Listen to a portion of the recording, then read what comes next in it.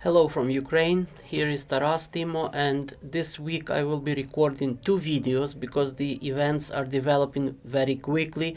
I want to update you today on the recent events of this war in Ukraine, especially on the newly discovered atrocities and war crimes in the east of Ukraine, and the fake referendum of which you probably heard, that was organized by Russian occupational authorities in the so-called People's Republics of Donetsk and Luhansk, and in the Kherson region, a newly occupied Kherson region of southern Ukraine and part of Zaporizhia region. And obviously the referendums were not recognized by anyone and were not conducted according to any democratic procedures. So we will speak about that, and then in my second video I will speak about the infamous mobilization, partial mobilization as they call it in Russia, and the blowing up of the pipes of the Nord Stream gas pipeline going from Russia to Europe through the Baltic Sea, because all those events form a very dangerous chain that is a blackmailing by Putin of the Western world, of the Western civilization, to advance his political agenda. But let me first speak about these two important things that happened this week in Ukraine: the discovery of some new details about the war crimes that were perpetrated in the past month, and the fake referendum, and just few words about Ukrainian counter-offensive in the east of Ukraine. You obviously heard about this great counter-offensive in Kharkiv region, and what's going on now is a logical continuation of that, but just happening in a much slower pace. And the events are focused around a town of Leman in Donetsk region. You can see it in the red area just on the down edge of the pink area on the map. And here is a nice dynamic map that shows day by day, starting with September 23 and till now. The advancement of Ukrainian troops are in white color, and as you can see, Leman area is basically surrounded by Ukrainian troops, forming a very dangerous, potentially very dangerous situation for the Russian troops inside this surrounded area in Leman, but also it creates the whole strategic situation in the front lines, where after taking Leman, Ukrainian troops can advance northeastwards and take over the freshly occupied parts of Luhansk region that were taken over by Russian troops in the first weeks following the invasion in the end of February. So this will be a very interesting and very successful development of events in the front lines, and obviously this will be a new escalation, because if the results of the referendums are ratified tomorrow, and they are already proclaimed by Putin personally that tomorrow at 3 o'clock Moscow time they will convoke the State Duma, the pseudo parliament in Russia, and proclaim the joining of those areas to Russia. So now, with this advancement of troops, it will be considered by Russia as aggression against their own territory, giving them right to use nuclear weapons, at least at the tactical level. But most of experts say this is basically, these are empty threats, because it's hard to believe that Russia will want to push the conflict to such culmination. Obviously, we do not know that, and if this war teaches us anything, it teaches us that it's impossible to trust any experts, and it's impossible to predict how events will ultimately develop. We do not know that, but we hope for better. And certainly those threats of nuclear power, of nuclear weapons, do not stop Ukrainian troops from active advancement in the front lines. Just throwing an eye on the situation in the fronts would not be complete without this small slide on the weapon arms situation in the Ukrainian army, and these diagrams just give you idea how many types of what weapons were provided by different countries. So you can see flags: Polish, Czech, North Macedonia for tanks, and then armored vehicles, it's US, Turkey, Great Britain, and so on, and artillery systems, again US, Great Britain, Poland, and you can see obviously numbers. But as you can see, in each case there is one column of numbers that supersedes all the other, and these are Russian tanks or armored vehicles or artillery systems that were captured by Ukrainian troops, mostly during the the Kharkiv offensive. And they are high in numbers, so Ukrainian troops are now using Russian weaponry to their own advantage while advancing in the east. Now I just stumbled across several images I liked very much. I want to share with you one you probably have already seen. This is a recent Time magazine cover with General Zaluzhny, who is a military genius behind all those successful defensive and offensive campaigns of Ukrainian army. He is the general of the chief of staff, one who leads the military in the country, and he's becoming extremely popular inside Ukraine and now also well known internationally. And here is another magazine cover from Washington Examiner. Just has a very nice picture I thought of sharing with you.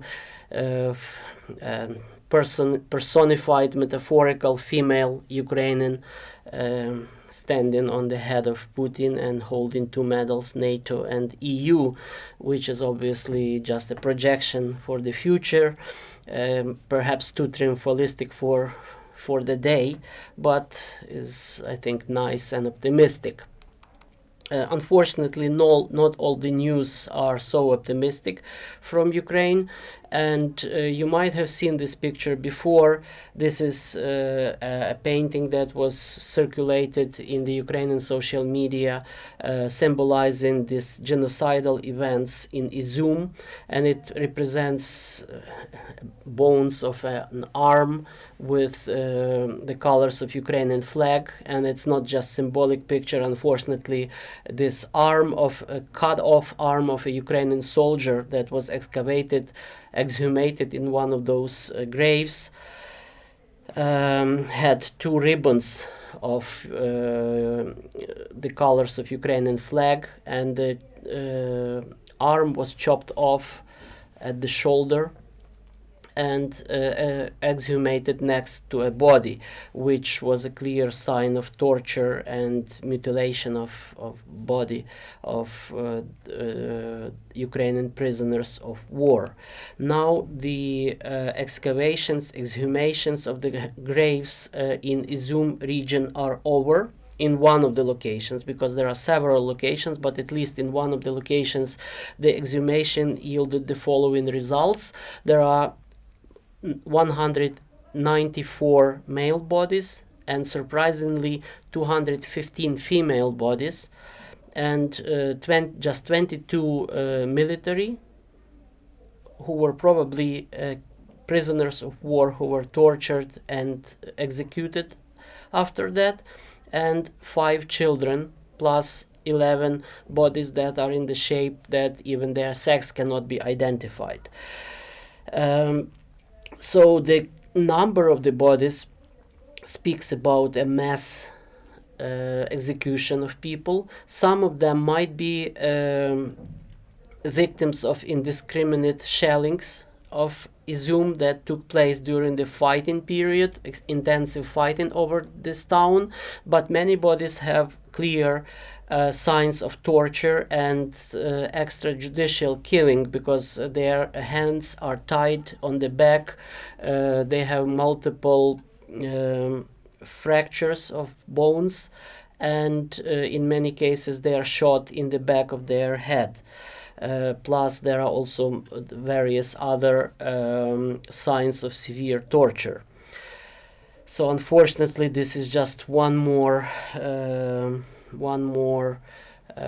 case of this terrible genocidal story that I have been telling over months now, and you were probably reading in other sources and hearing about that since the beginning of the active phase of this war with Russia.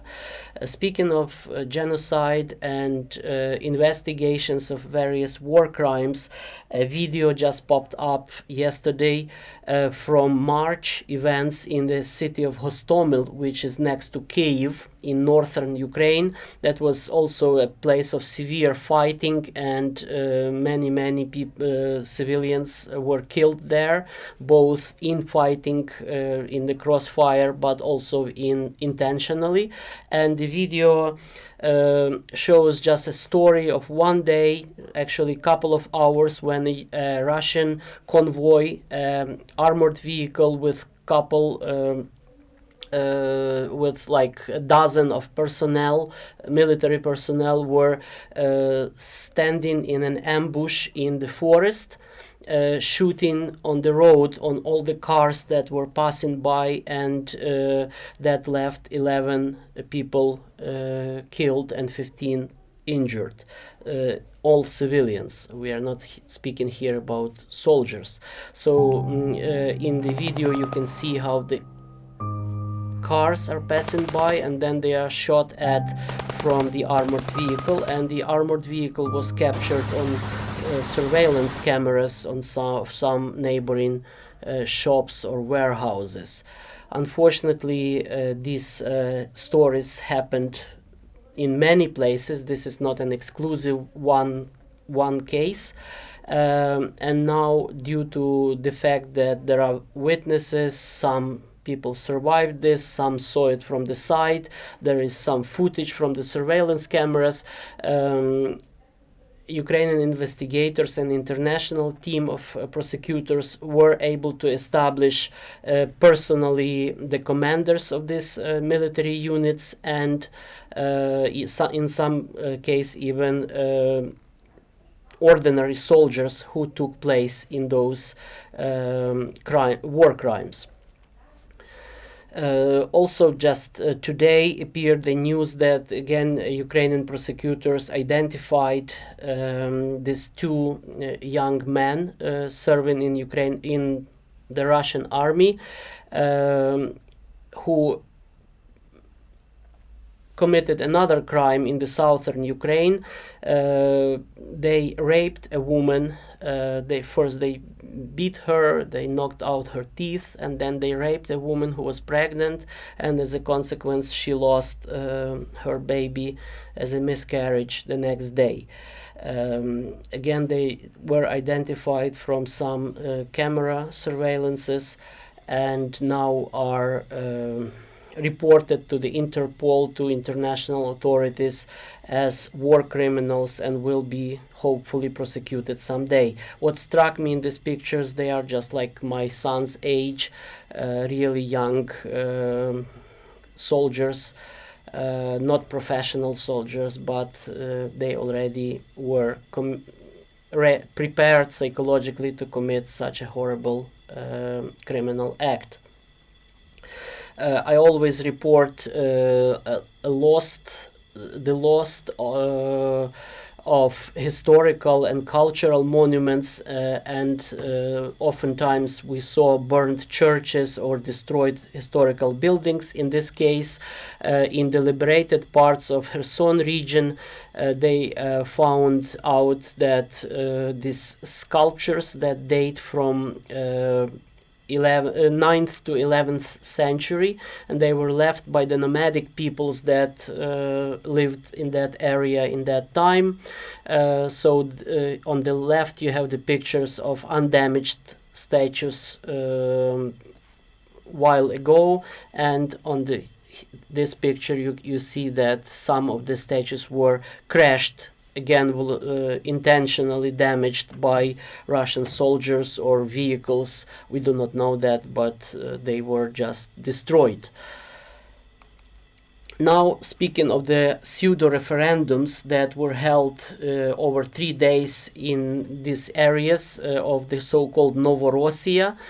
The Novorossiya is a word coined by Russian propaganda that includes the regions of southern Ukraine and eastern Ukraine, and their ambition is now to take over all those regions, although the fighting is still going on. But in the already occupied parts of this region of the Novorossiya, they held the pseudo-referendum over the past weekend, and this was like completely fake. They didn't even care about any decency to cover up, to present it as real plebiscite of people. Because many Russian citizens were allowed to vote. There were polls opened all around Russia with the pretext that there are Ukrainian refugees from those areas, let them vote, but we know that it was absolutely indiscriminate. Many Russians just came in and voted for the independence of Novorossiya and its joining of the Russian Federation. And in this video again you can see Russian soldiers escorting the ladies from the polling commission who carry ballots. And since people did not come in mass to the voting stations, they are just walking around residential areas, knock the door, and literally at the gunpoint ask people to vote, to fill out the ballots, and to vote for joining Russian Federation. This was like completely artificial and absurd, and the level of absurdity is demonstrated by many pictures, but specifically by this one, when a man, probably a crazy man, dressed as one of the historical figures who was the founder of Novorossiya in the Russian mythology, one of the favorites of Russian queen Ekaterina II, Catherine the Great, as she's often referred to, Catherine II. He is voting dressed up in the costume of that time for the independence of Novorossiya from Ukraine and joining the Russian Federation. Obviously the results will be proclaimed tomorrow as official results, and Putin will proclaim that these regions became integral part of the mother Russia. So far for the update from the front lines and the main political events in Ukraine around this war, and in my next video I will speak at more length about the infamous partial mobilization, the so-called partial mobilization in Russia. So please watch also the following video, and as always, please support us. I will place some details under this video about how to help our army, how to help our fight. And please like this video, share this video, spread so that people can see, can be updated on what's going on here, and can have some more information they are just receiving from the mainstream media. Thank you very much.